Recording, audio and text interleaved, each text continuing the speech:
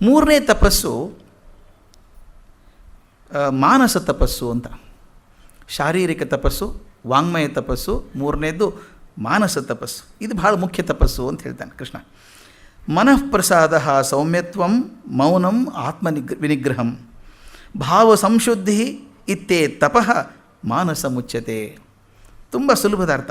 ಮನಸ್ಸನ್ನು ನಿರ್ಮಲವಾಗಿಟ್ಕೊಂಡಿರೋದು, ಸೌಮ್ಯತ್ವ, ಮೌನ, ಮನಸ್ಸಿನ ಹತೋಟಿ, ಕಪಟತನವಿಲ್ಲದೆ ಶುದ್ಧವಾಗಿರುವುದು. ಇದನ್ನು ಯಾರು ಸಾಧಿಸ್ತಾರೋ ಅವರು ಮಾನಸಿಕವಾಗಿ ತಪಸ್ವಿಗಳು. ಇದನ್ನು ಮಾನಸ ತಪಸ್ಸು ಅಂತ ಕರಿತೇನೆ ಅಂತ. ಸಿಂಪಲ್ ಇರೋದು. ಮನಸ್ಸನ್ನು ನಿರ್ಮಲವಾಗಿ ಇಟ್ಕೋಬೇಕು, ಸೌಮ್ಯತ್ವ ಇರಬೇಕು ಮಾತಿನಲ್ಲಿ, ಆದಷ್ಟು ಮೌನ ಕಡೆಗೆ ಹೆಚ್ಚು ಒತ್ತಾ ಇರಬೇಕು. ಇದಿದ್ದರೆ ಮತ್ತು ಯಾರು ಕಪಟತನವಿಲ್ಲದೆ ಶುದ್ಧವಾಗಿರ್ತಾರೋ ಅವರೆಲ್ಲ ಮಾನಸ ತಪಸ್ಸು ಮಾಡುವಂಥವ್ರು ಅಂತ. ಈ ಮಾನಸ ತಪಸ್ಸು ಆಗಬೇಕಾದ್ರೆ ಏನು ಕಾರಣ, ಏನಾದರೆ ಆಗತ್ತೆ ಅಂತ. ಒಂದು ಬುದ್ಧ, ಆನಂದ ಇಬ್ಬರು ಕಾಡಲ್ಲಿ ಹೋಗ್ತಾಯಿದ್ರು. ಬುದ್ಧನಿಗಾಗಲೇ 60 ವರ್ಷ. ಕಾಡಲ್ಲಿ ಹೋದಾಗ ಒಂದು ಕಡೆ ಸುಸ್ತಾಗಿ ಮರದ ಕೆಳಗೆ ಕೂತ್ಕೊಂಡ. ನೀರಡಿಕೆ ಆಯಿತು. ಇದು ಬುದ್ಧನ ಜಾತಕತೆಗಳಲ್ಲಿ ಬರುವಂಥದ್ದು. ಕೂತ್ಕೊಂಡು ಆನಂದನ ಹೇಳ್ತಾನೆ, ಆನಂದ, ಹತ್ತಿರದಲ್ಲೆಲ್ಲೋ ಒಂದು ತೊರೆ ಇದ್ದಂಗೆ ಅನಿಸುತ್ತೆ, ಸಪ್ಪಳ ಕೇಳಿಸುತ್ತೆ ಅನಿಸುತ್ತೆ, ಸ್ವಲ್ಪ ಕುಡಿಯೋಕೆ ನೀರು ತೊಗೊಂಬರ್ತೀಯಾ ಅಂತ ಕೇಳ್ತಾನೆ. ಅವನೊಂದು ಪಾತ್ರೆ ಹಿಡ್ಕೊಂಡು ಆನಂದ ಹೋದ. ಹೋಗಿ 10 ನಿಮಿಷಕ್ಕೆ ಮರಳಿ ಬಂದ. ಹೌದು ಬುದ್ಧ, ಅಲ್ಲಿ ತೊರೆ ಇದೆ, ಆದರೆ ನೀರು ಕುಡಿಯೋ ಹಂಗಿಲ್ಲ. ಈಗ ತಾನೇ ಒಂದು 10-6 ಬಂಡಿಗಳು ಹೋಗಿದ್ದಾವೆ. ನದಿ ದಾಟ್ಕೊಂಡು, ತೊರೆ ದಾಟ್ಕೊಂಡು ಬಂಡಿಗಳು ಹೋಗಿರೋದ್ರಿಂದ ಅದೆಲ್ಲ ರಾಡಿ ಮೇಲೆ ಬಂದು ಪೂರ್ತಿ ಕೊಚ್ಚೆ ಆಗಿಬಿಟ್ಟಿದೆ, ನೀರು ಕುಡಿಯೋ ಹಂಗಿಲ್ಲ ಅದು ಅಂತ. ಹೌದಾ, ಕೂತ್ಕೊ ಅಂದ. ಒಂದು 10 ನಿಮಿಷ ಮತ್ತು ಇನ್ನೊಮ್ಮೆ ತೊಗೊಂಬೋಗು ನೀರು ತೊಗೊಂಡ್ಬಾ ಅಂದ. ಅಲ್ಲ ಬುದ್ಧ, ಅದು ಕೊಳಕ, ನೀ ಹೋಗಿ ಬಾಪ ಅಂದ. ಮತ್ತೆ ಹೋದ, ಮತ್ತೆ ಬಂದ. ಇಲ್ಲ, ಇನ್ನೂ ರಾಡಿ ಇದೆ, ಕುಡಿಯೋಕ್ಕಾಗಲ್ಲ ನೀರು ಅದು ಅಂತ. ಮತ್ತೊಂದು ಅರ್ಧ ಗಂಟೆ ಬಿಟ್ಟು ಈಗ ಹೋಗಿ ತೊಗೊಂಡ್ಬಾ ಅಂದ. ನಾನು ಹೇಳಿದ್ನಲ್ಲ ನೀರು ತುಂಬ ಕೊಳಕಾಗಿದೆ ಅಂತ. ಅವನು ಹೇಳಿದ, ಈಗ ಹೋಗಪ್ಪ ನೀನು ಅಂದ. ಹೋಗಿ ಬರಬೇಕಾದ್ರೆ ತಿಳಿಯಾದ ನೀರು ತೊಗೊಂಡು ಬಂದ. ಒಂದು ಎಲ್ಲಿ ತಂದೆ ಇದನ್ನು ಅಂತ. ಅಲ್ಲಿದೆ ತಂದೆ. ಮತ್ತು ಕೊಳಕಿದೆ ಅಂದೆ. ಆ ಕೊಳಕಿತ್ತು, ಈಗ ತಿಳಿಯಾಗಿದೆ. ಏನು ಮಾಡಿತ್ತು ತಿಳಿಯಾಗಬೇಕಾದ್ರೆ? ನಾವು ಯಾರೂ ಏನೂ ಮಾಡಲಿಲ್ಲ ಅಂತ ತಿಳಿಯಾಯ್ತದು. ಆ ಬಂಡಿ ಹೋಗಿತ್ತಲ್ಲ, ಮೊದಲು ಶುದ್ಧವಾಗೇ ಇತ್ತು ನೀರು. ಆ ಬಂಡಿ ಹೋದಾಗ ಆ ನೀರು ತಳಕ ಮಳಕ ಆಗಿ ರಾಡಿ ಎಲ್ಲ ಮೇಲೆ ಎದ್ದು ಕಳಕಾಯ್ತು. ಅದಕ್ಕೇನು ಮಾಡಬೇಕು? ಏನೂ ಮಾಡಬಾರ್ದು, ಸುಮ್ಮನೆ ಬಿಡಬೇಕು ಅದನ್ನು. ನಮ್ಮ ಮನಸ್ಸು ಹಾಗೇನೆ.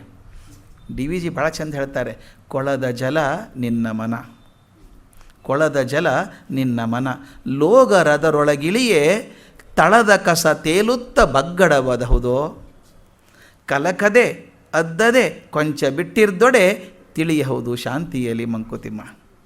ಎಷ್ಟು ಚಂದದ ಮಾತಲ್ವ. ನಮ್ಮೆಲ್ಲರದು ಮನಸ್ಸು ಹಾಗೇ ಇರ್ತದೆ. ಅದು ಎಷ್ಟು ಚಿಂತೆ ಮಾಡ್ತೀವೋ ಅಷ್ಟು ಕೊಳಕಾಗತ್ತೆ. ಸ್ವಲ್ಪ ದಿವಸ ಬಿಟ್ಬಿಡ್ಬೇಕು, ಅದನ್ನು ಬಿಟ್ಬಿಡಿ, ಸ್ವಲ್ಪ ದಿವಸ ಮೌನ ಆಗುತ್ತೆ, ಶಾಂತಿ. ಅದಕ್ಕೆ ಮೌನ ಅಂತ ಹೇಳೋದು. ಸ್ವಲ್ಪ ಮೌನ ಆದಾಗ ಆ ಮನಸ್ಸು ತಿಳಿ ಆಗ್ತದೆ, ಶುದ್ಧ ಆಗ್ತದೆ ಅಂತ. ನಮ್ಮ ಮನಸ್ಸು ಹೇಗಿರಬೇಕು ಅಂತ 3 ಪದ್ಯಗಳಲ್ಲಿ ಹೇಳ್ತಾರೆ DVG. ನನಗೆ ಒಂದು ಬಿಡೋಕ್ಕೆ ಮನಸ್ಸು ಬರಲಿಲ್ಲ, ತಮ್ಮ ಹೇಳಬೇಕು ಅಂತಂದಿದ್ದೀನಿ. 3 ಪದ್ಯಗಳು ಅದ್ಭುತವಾಗಿದೆ. ಪದ್ಯ 575. ಅದು ಭಾಷೆ, ಆ ಸಂದರ್ಭಗಳನ್ನು ಸೃಷ್ಟಿ ಮಾಡೋದು, ಕಣ್ಣು ಮುಂದೆ ಒಂದು ಚಿತ್ರ ಕಟ್ಟುವಂಥದ್ದು DVG ಸಾಧಿಸಿದಂಥದ್ದು. ಒಂದು 4 ಸಾಲು ಒಂದು ಚಿತ್ರ ಕಣ್ಣು ಮುಂದೆ ಇಟ್ಬಿಡ್ತಾರೆ. ಹೇಗಿದೆ ನೋಡಿ. ಕಕ್ಷಿಗಾರನ ಒಲೆ ಪೌರುತ್ಯ ನ್ಯಾಯಕ್ಕೆ, ಸಾಕ್ಷಿಯ ಒಲಿರು ಕಡೆಗೆ ತೀರ್ಪಾಗುವಂದು, ಭಿಕ್ಷುವಲು ಕಾಲ ಸವೆಯಿಸಿ ಲೋಕಯಾತ್ರೆಯಲ್ಲಿ ಪಕ್ಷಿವಲು ಮನದೊಳಿರು ಮಂಕುತಿಮ್ಮ. 4 ಕಣ್ಣು ಮುಂದೆ ಚಿತ್ರ ಇಡ್ತಾರೆ, ಹೇಗಿರ್ಬೇಕು ನಾವು ಅಂತ. ಕಕ್ಷಿಗಾರನ ಒಲೆ ಹೋರುತ್ತೆ ನ್ಯಾಯಕ್ಕೆ. ನಾನು ಕಕ್ಷಿಗಾರ, ನನ್ನ ಕೇಸ್ ಬಂದಿದೆ ಕೋರ್ಟ್ ಮುಂದೆ, ನಾನು ಹೋರಾಡ್ತೀನಿ, ಏನು ಬೇಕೋ ಸಾಕ್ಷಿ ತಂದು ಕೊಡ್ತೇನೆ, ಆ ವಕೀಲಿಗೆ ಏನು ಬೇಕೋ ದುಡ್ಡು ಕೊಡ್ತೀನಿ, ಓಡಾಡ್ತೀನಿ, ಸತತ ಕಷ್ಟಪಡ್ತೀನಿ. ಅದಕ್ಕೆ ಹೇಳ್ತಾರೆ ನ್ಯಾಯಕ್ಕೆ ಹೋರಬೇಕಂತೆ. ಹೇಗೆ? ಕಕ್ಷಿಗಾರನ ಒಲೆ. ಕಕ್ಷಿಗಾರ ಹೇಗೆ ತನ್ನ ಕೋರ್ಟ್ ಕೇಸ್ ಭಾಳ ಮುಖ್ಯ ಅಂತ ಹೋರಾಡ್ತಾನೋ ಹಾಗೆ ಹೋರಾಡಬೇಕಂತೆ. ಕಕ್ಷಿಗಾರನ ಒಲೆ ಹೋರುತ್ತೆ ನ್ಯಾಯಕ್ಕೆ, ಎಲ್ಲದಕ್ಕಲ್ಲ ನ್ಯಾಯಕ್ಕೆ.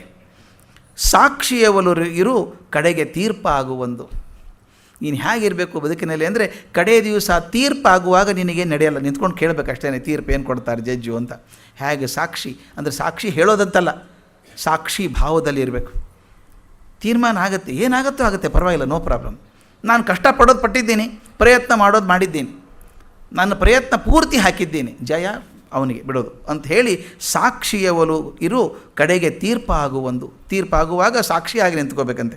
ಮುಂದೆ ಭಿಕ್ಷುವಲು ಕಾಲ ಸವೆಯಿಸಿ ಲೋಕಯಾತ್ರೆಯಲ್ಲಿ, ಭಿಕ್ಷು ಅನ್ನಂಗಿರ್ಬೇಕಂತೆ. ಭಿಕ್ಷುಕ ಅಲ್ಲ, ಭಿಕ್ಷು ಅಂದರೆ ಸನ್ಯಾಸಿ. ಸನ್ಯಾಸಿ ಹಾಗೆ ಬದುಕಬೇಕಂತ ಜೀವಯಾತ್ರೆಯಲ್ಲಿ. ಅಂದ್ರೇನು, ನನಗೆ ಎಷ್ಟು ಬೇಕೋ ಅಷ್ಟು ಇಟ್ಕೊಂಡು ಬೇಡ ಅದನ್ನು ಬಿಟ್ಬಿಡ್ಬೇಕು. ನಾ ಅತಿಯಾಗಿ ತೊಗೊಂಡು ಹೋದಾಗ ಅದು ಭಾರ ಆಗುತ್ತೆ. ತಾವು ತಿಳ್ಕೊಂಡಿದ್ದೀರಿ, ದೊಡ್ಡ ಮನೆ ಕಟ್ಸ್ಬಿಡ್ತೀವಿ. ಇಬ್ಬರು ಮನೆಗೆ ಹೋಗಿದ್ದೆ ಬೆಳಗ್ಗೆ, ಯಲಹಂಕ ಹತ್ರ, ಅಸಾಧ್ಯ, ಅವ್ರ ಮನೆಯೇ ಅದು. ಅವ್ರ ಮನೆಗೆ ಹೋಗಿದ್ದೆ. ಅವ್ರಿಗೆ ಮನೆ ಚೆನ್ನಾಗಿದೆ, ಎಷ್ಟು ಮಂದಿ ಇರ್ತೀರಿ ಮನೆಯಲ್ಲಿ ಅಂತ ಕೇಳಿದೆ. ನಾವು 4 ಜನ ಇರ್ತೀವಿ ಅಂದರು. ಸುಮಾರು ಭಾಳ ದೊಡ್ಡದು, 2-3 ಎಕರೆ ಜಾಗದಲ್ಲಿ ಕಟ್ಟಿದ್ದಾರೆ ಮನೆ. ಅದನ್ನು ಅರಮನೆಯೇ ಅದು. ಆಮೇಲೆ ಮನೆ ನೋಡ್ಕೊಳ್ಳೋದು ಕಷ್ಟ ಅಲ್ವಾ ಅಂದೆ. ಅದೇ ಫಜೀತಿ ಆಗಿಬಿಟ್ಟಿದೆ ಸರ್. ಮನೆ ಮೇಂಟೈನ್ ಮಾಡೋದಕ್ಕೆ ಅವ್ರ ಮನೇಲಿ ಎಷ್ಟು ಜನ ಇದ್ದಾರೆ? 36 ಜನ ಇದ್ದಾರೆ ಕ್ಲೀನ್ ಮಾಡೋದಕ್ಕೆ. ಇರೋರು 4 ಜನ. ಯಾಕಾಗತ್ತೆ ಗೊತ್ತಾ? ನನಗೆ ಬೇಡದಕ್ಕಿಂತ ಹೆಚ್ಚಿಗೆ ಇಟ್ಕೊಂಡಾಗ ಯಾವುದೇ ವಸ್ತು ನನಗೆ ಬೇಕಾದಕ್ಕೆ ಹೆಚ್ಚಿಗೆ ಇದ್ರೆ ಭಾರನೇ, ಅದು ಭಾರನೇ. ನಿಮ್ಮ ಮನೇಲಿ ಕೆಲವು ಸಾಮಾನು ನೋಡಿ, ನಾವು ಮಧ್ಯಮ ವರ್ಗದವ್ರು ನಾವೆಲ್ಲ ಒಂದು ಅಟ್ಟ ಅಂತ ಕಟ್ಟಿರ್ತೀವಿ, ನೋಡಿದ್ದೀರಾ? ಎಲ್ಲ ಕಡೆ ಅಟ್ಟ ಎಲ್ಲ ತುಂಬ್ಕೊಂಡಿರ್ತಾವೆ ಗೊತ್ತಾ? ನಾನು ಅದಕ್ಕೆ ಹೇಳ್ತಿರ್ತೀನಿ, ಕಾರ್ಪೊರೇಷನ್ ಗಾರ್ಬೇಜ್ ಬಿನ್ನಿಗೆ ಬೈತಿರ್ತೀವಿ ನಾವು. ನಮ್ಮ ಮನೆ ಅಟ್ಟನೂ ಹಾಗೆ ಇರ್ತವೆ. ಆ ಒಳಗಿನ ಸಾಮಾನು ಎಂದೂ ಹೊರಗೆ ಹೋಗಲ್ಲ ನಾವು. ಮತ್ತಿನ್ನೂ ತಂದು ಹಾಕ್ತಾ ಇರ್ತೀವಿ. ಅದು ಯಾವುದೋ ಸಾಮಾನು ಬೇಡ ಅದು, ಆದರೆ ಮುಂದೆ ಯಾವಾಗಾದರೂ ಬೇಕಾದಾಗ ಇರಲಿ ಅಂತ ಹಾಕೋದು, ಬೇಕಾದಾಗ ಸಿಗಲ್ಲ ಅದು, ಮತ್ತು ಹೊಸದೇ ತರೋದು. ಇದು ತುಂಬ್ಕೊಂಡು ಏನಾಗ ಗೊತ್ತಾ, ತೆಗೆದ್ರೆ ನಮ್ಮ ಹುಡುಗ ತಮಾಷೆ ಮಾಡ್ತಿರ್ತಾನೆ ನನ್ನ ಹೆಂಡತಿಗೆ, ಅಮ್ಮ ಹುಷಾರಾಗಿ ಹತ್ತು ಮೇಲೆ ಡೈನೋಸರಸ್ ಬಂದುಬಿಡುತ್ತೆ ಅಂತ. ಅಂದರೆ ಆ ಪ್ರಾಣಿಗಳು ಕೂಡ ಹುಟ್ಟಿರ್ಬೋದು ಅಂತ ಅಷ್ಟು. ಈಗ ನಾವು ಇಟ್ಕೊಂಡಿದ್ದೆ. ಅದಕ್ಕೆ ಹೇಳ್ತಾರೆ, ಭಿಕ್ಷುವಲು ಕಾಲ ಸವೆಯಿಸಿ ಲೋಕಯಾತ್ರೆಯಲ್ಲಿ. ಕೊನೆಗೆ ಹೇಳ್ತಾರೆ, ಪಕ್ಷಿವಲು ಮನದೊಳಿರು ಮಂಕುತಿಮ್ಮ. ಮೇಲೆ ಎತ್ತರದಲ್ಲಿ ಹಾರಾಡುವಂಥ ಪಕ್ಷಿಗೆ ಏನು ಚೆಂದ ಇರಬೇಕಲ್ಲ ಜೀವನ.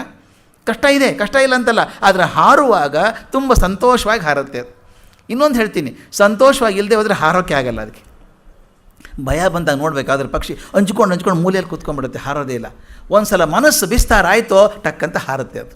ಅದಕ್ಕೆ ಹೇಳ್ತಾರೆ, ಪಕ್ಷಿವಲು ಇದೊಂದು 3-4 ಸಲ ಬರುತ್ತೆ ಕಗ್ಗದಲ್ಲಿ, ತಾವು ಓದಿದರೆ ಗೊತ್ತಾಗುತ್ತೆ. ಪಕ್ಷಿವಲು ಮನದೊಳಿರು ಮಂಕುತಿಮ್ಮ. ಪಕ್ಷಿಗೂ ಮನಸ್ಸಿಗೆ ಹೇಳ್ತಾರೆ, ಹಾರಬೇಕು ಮನಸ್ಸು, ಗಟ್ಟಿಯಾಗಿ ಮೂಲೆಯಲ್ಲಿ ಕೂತ್ಕೋಬಾರ್ದು, ಕತ್ಲೆಯಲ್ಲಿ ಹಾರ್ಕೊಂಡು ಹೋಗ್ಬೇಕು, ಆಕಾಶಕ್ಕೆ ಹೋಗ್ಬೇಕದು. ಅದಕ್ಕೆ ಪಕ್ಷಿವಲು ಮನದೊಳಿರು ಮಂಕುತಿಮ್ಮ. ಇನ್ನೊಂದು ಪದ್ಯ ಭಾಳ ಚೆನ್ನಾಗಿರೋದು, 723, 723. ಈ ಮನಸ್ಸು ಹೇಗಿರಬೇಕು ಅಂತ. ಸ್ವಸ್ಥತೆಯ ಕದಲಿಸದ ಜಗದಾಸ್ಥೆಯೊಂದು ಗುಣ, ಆಸ್ಥೆಯನ್ನು ಕುಂದಿಸದ ತಾಟಸ್ಥ್ಯ ಒಂದು, ನಷ್ಟ ಲಾಭಗಳಲ್ಲಿ ಲಘುಹಾಸ್ಯ ನಯ ಒಂದು, ಸ್ವಸ್ತಿಗೆ ಅವಶ್ಯಕವೋ ಮಂಕುತಿಮ್ಮ. ಬದುಕು ಚೆಂದ ಆಗಬೇಕಾದ್ರೆ ಇದೆಲ್ಲ ಅವಶ್ಯಕ ಅಂತ ಹೇಳ್ತಾರೆ. ಸ್ವಸ್ಥತೆಯ ಕದಲಿಸದ ಜಗದಾಸ್ಥೆಯೊಂದು ಗುಣ. ಆಸ್ಥೆ ಅಂದರೆ ಪ್ರೀತಿ, ಅದ್ರ ಬಗ್ಗೆ ಆಸೆ.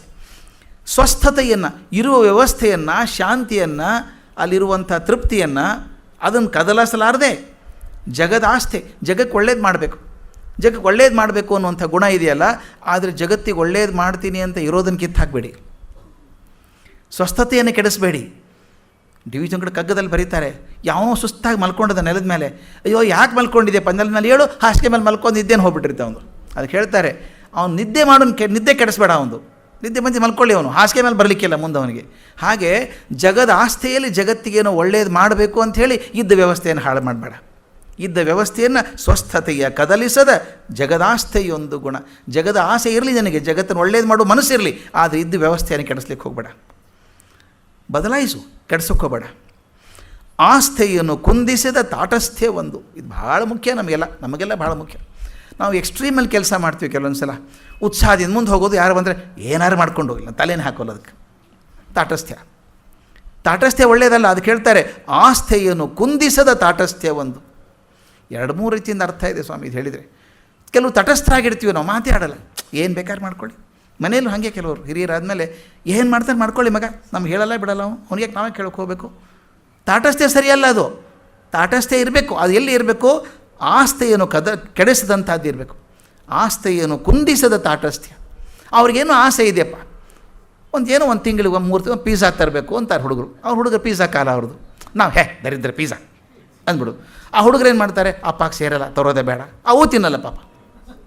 ನಾವೇನು ಮಾಡಬೇಕು?